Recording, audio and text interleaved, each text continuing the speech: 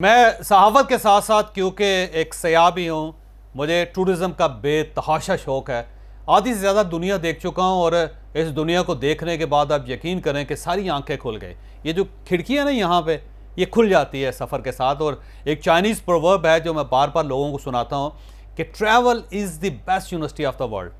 कि अगर आप कुछ सीखना चाहते हैं तो दुनिया की बेहतरीन यूनिवर्सिटी जो है उसका नाम है सियाहत, उसका नाम है टूरिज़म। कि आप सिर्फ घूमना फिरना शुरू कर दें, देखना शुरू कर दें तो आपके अंदर इल्म का अंबार लगता चला जाता है। आप पहले जैसे इंसान नहीं होते। मुझसे लोग अक्सर अक्सर पूछते हैं कि आपको सबसे अच्छा मुल्क कौन सा लगता है। तो मैं बेशुमार मुल्कों के नाम लेता हूँ, लेकिन दो मुल्क कॉमन है। मैं हर बार ये कहता हूँ कि आपको ये दो मुल्क ज़रूर देखने चाहिए। पहला मुल्क जॉर्डन है, उर्दन जिसको कहते हैं। आप यकीन करें कि उर्दन इतना खूबसूरत मुल्क है कि हैरत होती है कि ऐसा मुल्क भी इस्लामी दुनिया के अंदर हो सकता है। एक तो इसकी सरहद लगती है इसराइल के साथ। ऐसा जब आप जॉर्डन में कई ऐसे मकामात हैं जहाँ पर आप जाते हैं तो आपको सामने से इसराइल नज़र आता है, वहाँ से फ़लस्तीन का बहुत सा इलाका नज़र आता है, वहाँ पे लोग खेतों में काम करते हुए नज़र आते हैं, वहाँ पे लोगों को वहाँ के लोगों के झंडे नज़र आते हैं, कपड़े नज़र आते हैं। इसके साथ साथ एक दरिया है दोनों के दरमियान जिसे रिवर जॉर्डन कहते हैं। रिवर जॉर्डन उतना ही मुक़द्दस है क्रिश्चियन वर्ल्ड के लिए जितना हमारा आब ज़मज़म मुक़द्दस है। तो ये वो पानी है जिसको वो चर्चिज़ में लेके जाते हैं, जिससे बैप्टाइज़ करते हैं अपने बच्चों को, जिसको थोड़ा थोड़ा एक एक कतरा बड़े पानी के तालाब में या बड़े पानी के घड़ों में डाल के पीते हैं ये लोग। तो वो रिवर जॉर्डन जो है वहाँ पे आप जब बैठते हैं, आप तस्वीरें में देख रहे होंगे, तो आप इस साइड पे बैठते हैं तो ये जॉर्डन है, और जब दूसरी तरफ देखते हैं दरिया के दूसरी साइड पे, क्योंकि ये छोटा सा दरिया है, तो वहाँ पे इसराइल और क्रिश्चियंस के लोग, यहूदी और क्रिश्चियंस वहाँ पे बैठे होते हैं। तो आप एक आमने सामने होते हैं और इतना कम फासला होता है कि आप एक दूसरे के साथ गुफ्तगू कर सकते हैं। लोग वहाँ पे गुफ्तगू करते भी हैं। इसी तरह मूसा अलैहिस्सलाम जब बनी इसराइल को इजिप्ट से लेकर निकले थे तो यहाँ पे एक पहाड़ी है जहाँ पे आके उनका सफ़र ख़त्म हो गया था। और जो मज़हबी किताबें ये कहती हैं कि आ मूसा, हमने तुम्हें मुक़द्दस मकाम तक पहुँचा दिया लेकिन तुम इससे आगे नहीं जा सकते। तो वहाँ पे तो मूसा अलैहिस्सलाम का इंतकाल या वसाल हो गया था। तो वो जगह भी है जहाँ पे हम जाते हैं। इस पेट्रा एक शहर है, दुनिया का ओल्डेस्ट शहरों के अंदर शुमार होता है। पहाड़ों के अंदर लोगों ने घर खोद के उसके अंदर रहते रहे थे। वो कमाल ही एक जगह है जो जिसको 8th wonder of the world कहते हैं हम लोग, क्योंकि वहाँ पे भी जाते हैं। मैं कई मरतबा वहाँ पे जा चुका। इसी तरह इसहाब काफ का जो वाक़या है वो आपने सुना होगा, कुरान मजीद में आपने पढ़ा भी होगा। वो इसहाब काफ का गार भी जॉर्डन के अंदर है। लिहाजा जॉर्डन कई लिहाज से बड़ा ज़बरदस्त मुल्क है। एक तो हिस्ट्री है वहाँ पे क्रिश्चियनिटी की हिस्ट्री है, वहाँ पे ज्यूश की हिस्ट्री है, वहाँ पे इस्लामी हिस्ट्री है। तो तीनों मज़ाहिब वहाँ पे इकट्ठे होते हैं। इसके साथ साथ जो लोग हैं बड़े ज़बरदस्त, कमाल लिबरल और ज़बरदस्त शानदार किस्म के लोग हैं।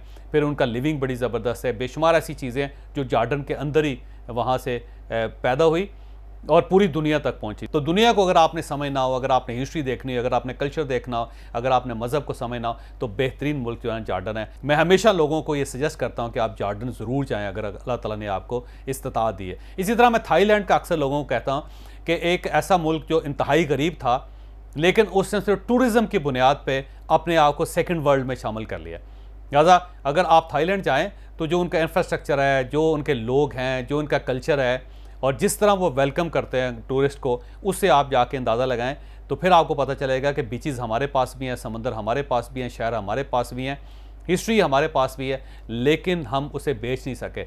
और थाईलैंड के लोगों ने अपने मुल्क को खोल के पूरी दुनिया की टूरिज़म को अपने अंदर ऑब्ज़र्व कर लिया, वो उसको जज़ब कर लिया उन्होंने। तो दो मुल्क हैं जो मैं अक्सर लोगों को कहता हूँ कि आप जॉर्डन जाएँ या अगर आप अफोर्ड कम कर सकते हैं तो आप थाईलैंड ज़रूर जाएँ। हमारा अपने टूर्स भी जा रहे हैं हम। अगर आप जॉर्डन को देखना चाहते हैं तो 11 जनवरी को हम जा रहे हैं, 17 जनवरी तक हम जॉर्डन में होंगे। आप इससे पहले हमसे रब्ता करके आप हमारे टूर का हिस्सा बन सकते हैं। इसी तरह अगर आप थाईलैंड जाना चाहते हैं, हमारे साथ जाना चाहते हैं, तो 25 जनवरी को हम थाईलैंड भी जा रहे हैं और 25 से 31 तक का हमारा टूर होगा। तो आप हमें थाईलैंड में हमें ज्वाइन कर सकते हैं। और आप यकीन करें कि आप जब ये दो मुल्क देखेंगे तो आप पहले से मुख्तलिफ इंसान होंगे।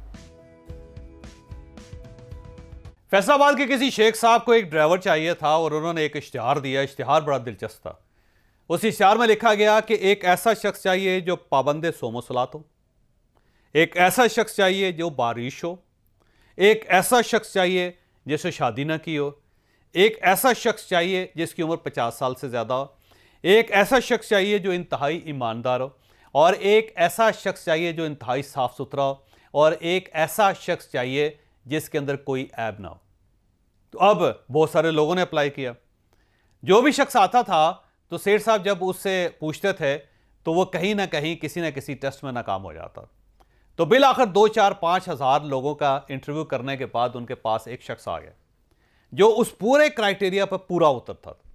उसमें कोई एक भी फॉल्ट नहीं था। जो सेठ साहब को या शेख साहब को चाहिए था 100% वैसा आदमी मिल गया। जब मिल गया तो ज़ाहिर है बड़े खुश हुए वो। उस पर उन्होंने कहा कि बहुत अच्छी बात है, मैं ऐसा ही शख्स चाह रहा था इतने मुद्दत से, और तुम आ गए, लिहाजा आओ मेरे सीने लगो ताकि उसके बाद फिर हम काम स्टार्ट करें। तो वो जो शख्स था, जो ड्राइवर था, उनके सीने लगा। सीने लगने के बाद उसने कहा सर बात यह है कि आपने मुझसे अपनी शराइत तो मनवा ले, मैं आपकी शराइत पे तो पूरा उतर गया, लेकिन अब सवाल यह है कि क्या आप भी मेरी शराइत पे पूरे उतरते हैं या नहीं उतरते। लिहाजा मेरी भी कुछ 3 शर्तें हैं, अगर आप इनके मुताबिक हुए तो मैं आपके पास जॉब कर लूँगा, नहीं तो फिर अल्लाह हाफिज़, मैं यहीं से वापस चला जाऊँगा। तो शेख साहब ने कहा हाँ बताओ तुम्हारी क्या शराइत है। उसने कहा पहली शर्त तो यह है कि जब मैं गाड़ी ड्राइव करूँगा तो आपकी गाड़ी में म्यूज़िक नहीं चलेगा, क्योंकि मैं म्यूज़िक नहीं पसंद करता। तो शेख साहब ने कहा बहुत अच्छी बात है, मैं भी पसंद नहीं करता, ये तो बड़ी अच्छी बात है, इंसान को मज़हब के मुताबिक, ईमान के मुताबिक चलना चाहिए, और मैं मौसीकी को हराम समझता हूँ। बहुत अच्छी बात है, तुम्हारी शर्त कबूल। उसने कहा दूसरी शर्त यह है कि जब आज़ान हो जाएगी तो जहाँ पे भी गाड़ी होगी मैं रोक दूंगा, जाके नमाज़ पढ़ूंगा सबसे पहले, उसके बाद फिर गाड़ी ड्राइव करूंगा। आप नमाज के वक्त मुझे गाड़ी चलाने पर मजबूर नहीं करेंगे। तो शेख साहब ने कहा यार ये तो बहुत अच्छी बात है, मुझे ऐसा ही बंदा चाहिए था जो नमाज को जॉब पे फोकियत दे, तो ये तो बहुत अच्छी बात है। तो तुमने तो मेरा दिल मुँह लिया, अब तुम अपनी तीसरी शर्त बताओ। तो उसने कहा सर तीसरी शर्त यह है कि मैं नौकरी करने के बाद सबसे पहले ड्राइविंग सीखूंगा, क्योंकि मुझे ड्राइविंग नहीं आती। गो आपको ये लतीफ़ा लगा होगा, लेकिन आप यकीन करें कि पाकिस्तान के अंदर हर दूसरा शख्स ऐसा ही है। मेरे एक दोस्त है, उनको कुक चाहिए था, तो उन्होंने मुझे कहा कि मुझे एक ईमानदार कुक चाहिए। तो मैंने उससे कहा कि इसका मतलब ये हो कि तुम्हें 2 बंदे चाहिए। कहने लगा क्या मतलब। मैंने कहा एक जो ईमानदार हो, दूसरा जो कुक हो, क्योंकि ये हो नहीं सकता कि कुक भी हो और ईमानदार भी हो। तो ये एक पैकेज जो कुदरत है उसने इस तरह नहीं बनाया होता, उसमें कहीं ना कहीं कोई ना कोई कमी रह जाती। अब हमारा अलमिया जो इस सोसाइटी का ये है कि जब भी हम मुलाजम रखना चाहते हैं तो हम उसमें क्राइटेरिया क्या देखते हैं, हम उसमें कौन सी क्वालिटीज़ देखते हैं।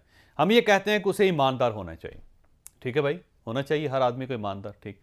दूसरा हम ये कहते हैं कि उसे जॉब छोड़ कर नहीं जाना चाहिए, ख्वाह कुछ भी हो जाए, हम उसका फेंटा लगा दें, उसको वक्त पे तनख्वाह ना दें, उसको तरसाते रहें, आम जो रूटीन है उसके मुताबिक कम पैसे उसको दें, बदतमीज़ी उसके साथ करें, वो 24 घंटे हमारे दरवाजे के सामने बैठा रहे, अपनी फैमिली से न मिले, अपने बच्चों का ख्याल न रखे, लेकिन उसे जॉब नहीं छोड़नी चाहिए।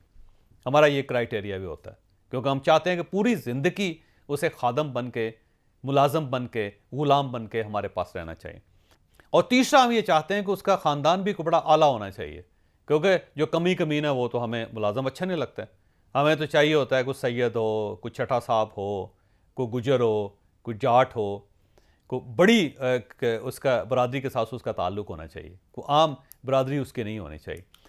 लेकिन जब ये सारे क्राइटेरियाज पूरे हो जाते हैं तो हम फिर ये कहते हैं कि जब वो बंदा आ गया बड़ा अच्छा था, लेकिन उसे काम नहीं आता, क्योंकि उसकी वजह यह है कि काम तो हमारी प्रायोरिटी होती ही नहीं है। पाकिस्तान में हमेशा जॉब के लिए CV दिया जाता है, उस CV में जो चीज़ें हम चेक करते हैं वो सारी की सारी टेक्स्ट बुक वाली होती हैं, और उसमें किसी जगह हम ये चेक नहीं करते कि क्या इस शख्स को काम भी आता है। आप ये जानकर हैरान होंगे कि मैं क्योंकि डिफरेंट किस्म के छोटे छोटे कारोबार करता हूं, तो लोग मुझसे मेरा मॉडल सीखना चाहते हैं, तो मैं उनको कहता हूं कि मेरा मॉडल बड़ा डिफरेंट है, तो आप इस मॉडल पे ना आए, आप जो दुनिया के अंदर मॉडल चल रहे हैं आप उस पर जाएं। लोग कहते हैं नहीं जी नहीं, आप बताएं आपका क्या मॉडल है। मैं उनको सिंपल ये कहता हूं कि आज तक मैंने अपने दफ्तर में कोई एक भी ऐसा शख्स नहीं रखा जिसका मैंने CV चेक किया। कोई शख्स CV लेकर आए तो मैं उसे साइड पर रख के कहता हूं इसको छोड़ दो, आप बताओ कि आप काम कौन सा कर सकते हो। तो ये कहता है जी मैं ये काम कर सकता हूं। मैं कहता हूं लिख के दे दो कि ये काम कर सकते हो, ठीक है। वो 6-7 काम लिख देता है। तो मैं उससे पूछता हूं कि मुझे बताओ कि इनमें से जो सबसे बेस्ट काम है वो कौन सा है जो आप कर सकते हो। तो एक बेस्ट काम पे वो टिक लगा लेता है। मैं कहता ठीक है आपने फैसला किया ना, मैंने कहा। उसके बाद मैं उससे पूछता हूं कि आपकी तनख्वाह कितनी होनी चाहिए। तो ये कहता है जी कि मैं इतने पैसे लूँगा। तो मैं कहता हूं कि ठीक है, अब ये लिख कर दो कि इतने पैसों में तुम काम क्या करोगे। अब वो अगर उसको लिख कर दे देता है तो फिर मैं कहता हूँ ठीक है। अब आपने ये करना है कि आप हमें टाइम दो कि आप ये काम कितने दिनों में करके बता दोगे। क्या पहले महीने आप कर लोगे? अगर पहले महीने कर लोगे तो इतनी सैलरी आपको पहले महीने मिल जाएगी, और अगर आप दूसरे महीने कर लोगे तो दूसरे महीने आपको ये सैलरी मिल जाएगी, और अगर आप तीसरे महीने कर लोगे तो तीसरे महीने से आपका ये पैकेज शुरू हो जाएगा, और उसके बाद फिर हम उसको काम पे बिठा देते हैं। अगर वो काम कर ले तो वेल एंड गुड, अगर वो काम नहीं करता तो खुद बहुत चला जाता है। मैंने कभी किसी शख्स का सीवी देख के उसको जॉब नहीं दी। और दूसरी बड़ी दिलचस्प बात यह है कि हमने आज तक जिस शख्स को भी रखा है उसके अंदर एक खूबी ज़रूर होनी चाहिए, और वो खूबी है नालायकी। क्योंकि मेरा ज़ाती ख्याल ये है कि जितना ज़बरदस्त काम नालायक करते हैं वो लायक बंदे उतना काम कर ही नहीं सकते। क्योंकि जो नालायक आदमी होता है उसकी एक बड़ी ज़बरदस्त करैक्टरिस्टिक होती है।